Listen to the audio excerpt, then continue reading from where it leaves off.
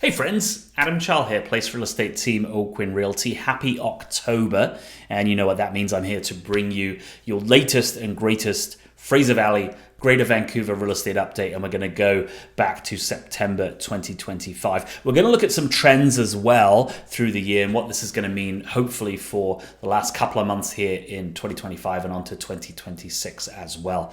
I've got a cool new format for you. So I'm interested, those of you that watch regularly, to see what you think of this. I'd love some feedback if you prefer this kind of version that we have for you today. So let me know what you think.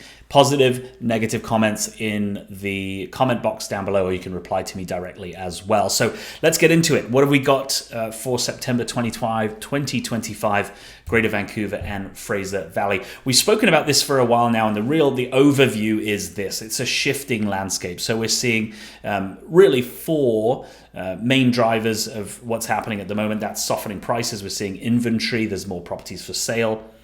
We're favoring more of a buyer's market than a seller's market that we've seen in the past few years. We know this. The last Bank of Canada interest rate was a cut, and there's probably, I think, about a 50-50 rate on whether it's going to go down again next time or be held as it is at the moment. So inventory, huge driver here. We've got tons and tons more homes for sale. You can see in the Fraser Valley, it's the highest inventory level in 10 years. Metro Vancouver, we're 36% above the 10-year average, almost 15, 16, 17% up year over year. So buyers have got a lot more choice, a lot more in a lot of segments, not all segments, but in a lot of segments of the market, a lot of price points. There's a a larger number of properties available for sale. So gives us an advantage in terms of making an offer when we come to help a buyer, and in terms of sellers, it really means you've got to be really well priced, but also really well presented. And we talk about this a lot on these videos as well. If we look at the Fraser Valley, we see the biggest drop is apartments. We've seen a 6.3% year over year drop. And I can attest to this. We've seen in Willoughby last month, we've seen some great deals on 2-bedroom apartments under 600,000, almost brand new, and there's such a large amount of choice as well. So the negotiation allows for a much better home, a much bigger property, a newer property at similar or lower prices. Detached homes 5.4% down as well year over year. Metro Vancouver tells a similar story. We're seeing the average about 3.2% down year over year, with the biggest drop in detached apartments in that segment as well. Homes it's taking longer to sell, so we're seeing the average days on the market extend. So this is a really good indicator when we look at the pulse of the market. How long is it typically taking a home to sell? So probably last year we were seeing that around the 30-day mark. Now we can see it's 37, 36 days in Metro Vancouver, up to almost 40, depending on property type. So sellers have got to adapt pricing, staging, marketing. It's super important in this market. So last month, sales in the Fraser Valley, 962, Greater Vancouver, 1875.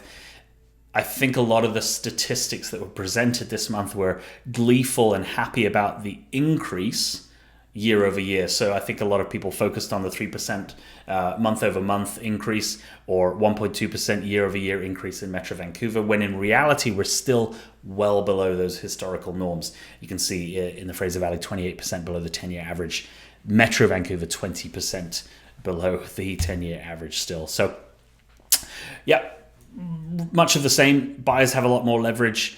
Don't be afraid to ask for what you need. It says here on this slide, what we're seeing is a lot more willingness to negotiate from sellers up front, but also at the condition removal, the subject removal stage. If there's things that need fixing, sellers are much more amenable to doing that. If there needs to be a price adjustment, we're finding sellers are more amenable to that as well. So bear that in mind as you go forward. Mortgage rates, obviously we saw that cut on September 17th, which I think a lot of people were hoping for a reignition of the market for that. And of course, it does make those monthly payments less onerous. We are seeing an increase in affordability. We haven't seen a huge bump based on that just yet. So we'll see what happens in the next mortgage rate announcement. So if you're a buyer, if you're looking to make a move this year or early next year, get your pre-approval in, get a rate locked in, start shopping. and put in some offers.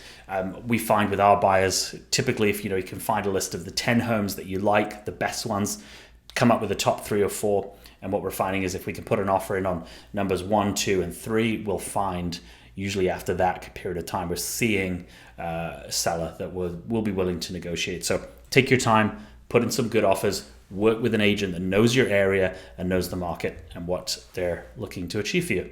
If you have any questions, feel free to reach out. My name's Adam Charles, 778-385-6141. And don't forget to let me know what you think of this new format.